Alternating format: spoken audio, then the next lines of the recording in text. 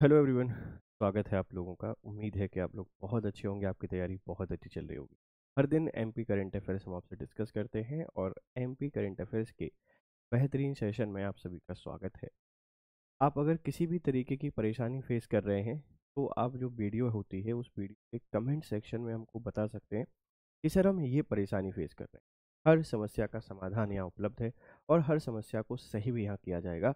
अगर आप इन क्लासेस के पीडीएफ लेना चाहते हैं तो यह जो टेलीग्राम ग्रुप हमारा है, आप इस ग्रुप को ज्वाइन कीजिए और जैसे ही आप इस ग्रुप को ज्वाइन करते हैं यहाँ आपको पीडीएफ मिलना शुरू हो जाएंगे।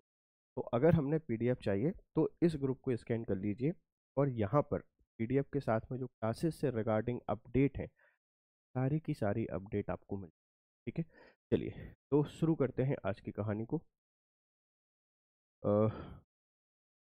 Centre of excellence. मुख्यमंत्री डॉक्टर मोहन यादव ने घोषणा की है डॉक्टर अंबेडकर की जन्म स्थली महू में स्थापित डॉक्टर भीमराव अंबेडकर सामाजिक विज्ञान विश्वविद्यालय को सेंटर ऑफ एक्सीलेंस के रूप में विकसित किया जाएगा। आपसे दो सवाल यहाँ से बन सकते हैं कि doctor B R Ambedkar university कहाँ पर है। Doctor R B R Ambedkar Ambedkar जो सोशल यूनिवर्सिटी है या सामाजिक विज्ञान संस्थान है, ये कहाँ है सर? ये महू में। महू कहाँ आता है सर? महू इंदौर में आता है। और ये वही महू है जिसको आप लोग अब डॉक्टर अंबेडकर नगर के नाम से जानते हैं। इसका नाम अब महू नहीं है, डॉक्टर डॉक्टर अंबेडकर अंबेडकर नगर के नाम से यह जाना जाता है। तो यहाँ एक विद्यालय है जिसे आप लोग डॉक्टर भीमराव अंबेडकर सामाजिक विज्ञान विश्वविद्यालय के नाम से जानते हैं। तो सेंटर ऑफ एक्सीलेंस के तौर पर डेवलप किया जाएगा। हम सबको पता है कि 14 अप्रैल को 14 अप्रैल को डॉक्टर बी आर अम्बेडकर साहब का हम बर्थ एनिवर्सरी मनाते हैं। और अंबेडकर साहब का जो बर्थ है ये महू में हुआ है, महू में। इसीलिए ये चर्चा में है और मोहन यादव ने अनाउंस कर दिया है कि इसको सेंटर ऑफ एक्सीलेंस के तौर पर डेवलप करेंगे। तो सेंटर ऑफ एक्सीलेंस होता क्या है? Centre of excellence skill development के सेंटर होते हैं कि जो भी स्टूडेंट्स हैं हम उनको इस तरीके से ट्रेन करें कि वो किसी भी संस्थान में अगर जाते हैं, स्किल जैसे एजुकेशन के साथ में स्किल डेवलपमेंट पर भी काम उनको करना है और एक अच्छे स्टूडेंट के तौर पर यहाँ से निकलना है ताकि मार्केट में जब जाएं तो जॉब अपॉर्चुनिटी उनको मिल जाए। तो किस विश्वविद्यालय को सेंटर ऑफ एक्सीलेंस के तौर पर स्थापित किया जा रहा है? ये है डॉक्टर बी आर अम्बेडकर सामाजिक विज्ञान विश्वविद्यालय जो कि महू में अवस्थित है। आप सब लोग जानते हैं कि इस यूनिवर्सिटी को भी सेंट्रल गवर्नमेंट के द्वारा गवर्न किया जाता है। जैसे सागर विश्वविद्यालय है या Indira Gandhi national tribal union है यूनिवर्सिटी है, उसी तरीके से ये जो विश्वविद्यालय है ये भी सेंट्रल गवर्नमेंट के द्वारा ऑपरेट किया जाता है। तो बेसिकली हम लोग कह सकते हैं हमारे पास 3 सेंट्रल यूनिवर्सिटीज़ हो चुकी हैं। और अगर आप सोशल स्टडीज़ करना चाहते हैं या अंबेडकर साहब पे कुछ रिसर्च करना चाहते हैं, आप इस यूनिवर्सिटी में जाइए, आपको यहाँ पे बहुत हेल्प मिलेगी। कहाँ पर अवस्थित है सर? ये महू में आपको देखने को मिल जाता है। चलिए आगे बढ़ते हैं। पंच तीर्थ की यात्रा।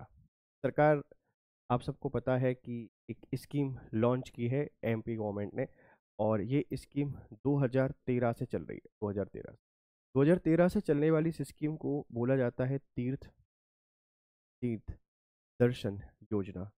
सरकार के द्वारा जो बुजुर्ग लोग हैं इन लोगों के लिए तीर्थ दर्शन के लिए भेजा जाता है।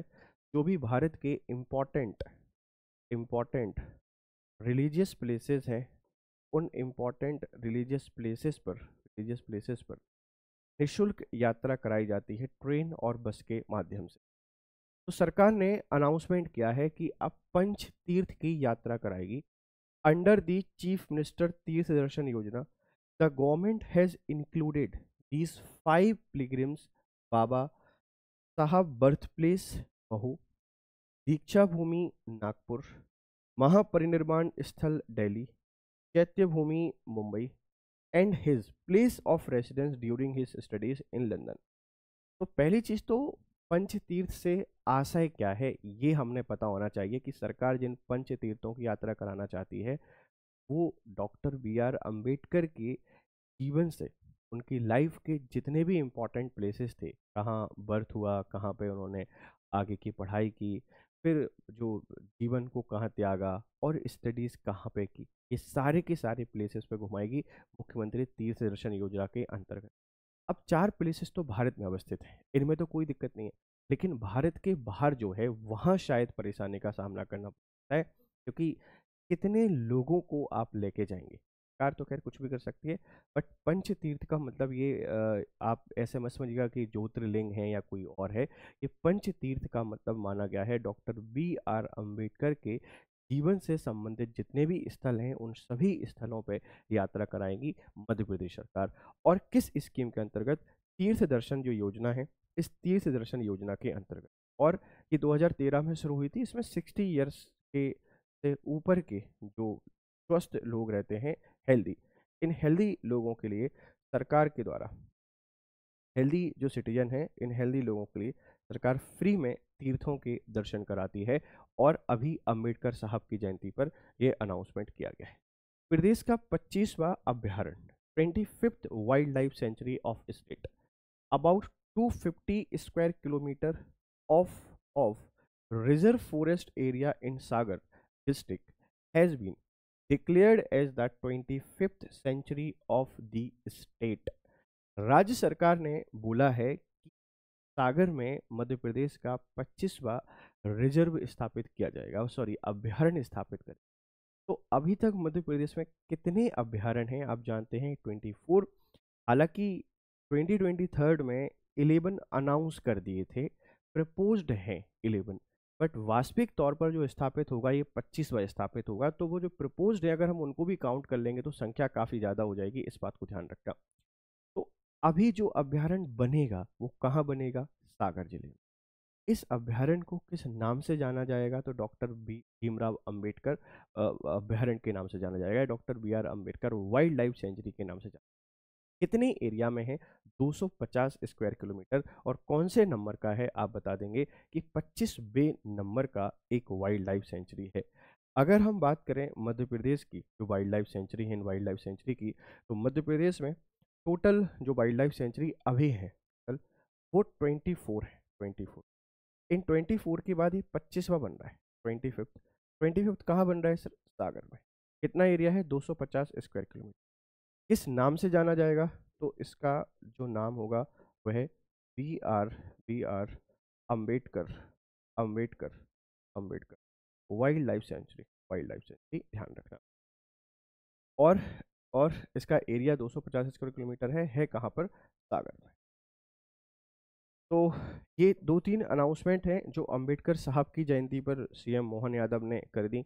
24 जो वाइल्ड लाइफ सेंचुरी हैं इसमें आप देखेंगे कि लार्जेस्ट वाइल्ड लाइफ सेंचुरी कौन सी है? तो लार्जेस्ट है नौरादेही। नौरादेही, और नौरादेही भी सागर में ही अवस्थित है, सागर में। और आप इसको वीरांगना दुर्गावती वाइल्ड लाइफ सेंचुरी के नाम से जानते हैं। अब इसका नाम हो गया है वीरांगना वीरांगना दुर्गावती दुर्गावती। और आपसे पूछेगा कि स्मॉलेस्ट वाइल्ड लाइफ सेंचुरी कौन सी है? स्मॉलेस्ट, तो स्मॉलेस्ट की जब भी बात आती है बेटा, स्मॉलेस्ट है राला मंडल। एंड राला मंडल कहाँ है सर? तो राला मंडल है इंदौर में। एमपी के 2 वाइल्ड लाइफ सेंचुरी ऐसे हैं जो प्रोजेक्ट टाइगर में, 2 वाइल्ड लाइफ सेंचुरी ऐसे हैं जो पीटी के अंतर्गत आते हैं। एक तो आता है रातापानी, रातापानी, और एक हमको देखने को मिलता है नौरा नौरा देही। रातापानी जाना जाने लगा है बाणकर के नाम से, विष्णु जो बाणकर जी हैं, बाणकर का नाम इसको दे दिया है। और नौराह देवी को हमने दे दिया है दुर्गावती का नाम। तो इनके नाम भी परिवर्तित हो गए हैं, इस बात को ध्यान रखिएगा। और नया जो वाइल्ड लाइफ सेंचुरी है ये भी सागर में स्थापित किया जा रहा है। ये 25वां बाघ अभ्यारण्य होगा मध्य प्रदेश का, ठीक है भाई, ऐसा आप लोग याद रखेंगे। प्रदेश का सबसे लंबा फ्लाई ओवर ब्रिज, ठीक है, ये भोपाल में अवस्थित है। प्रदेश का सबसे लंबा flyover, the state longest flyover bridge is named after doctor B.R. Ambedkar.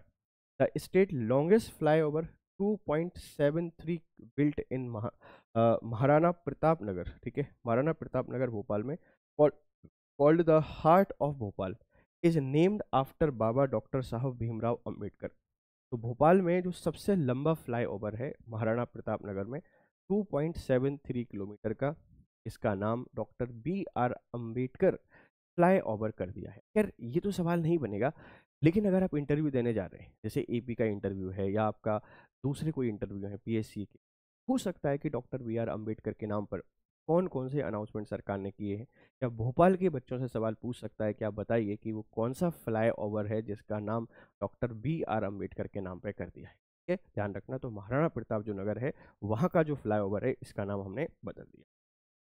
रोप वे, पचमढ़ी के चौरागढ़ मंदिर तक जाने के लिए बनेगा रोप वे।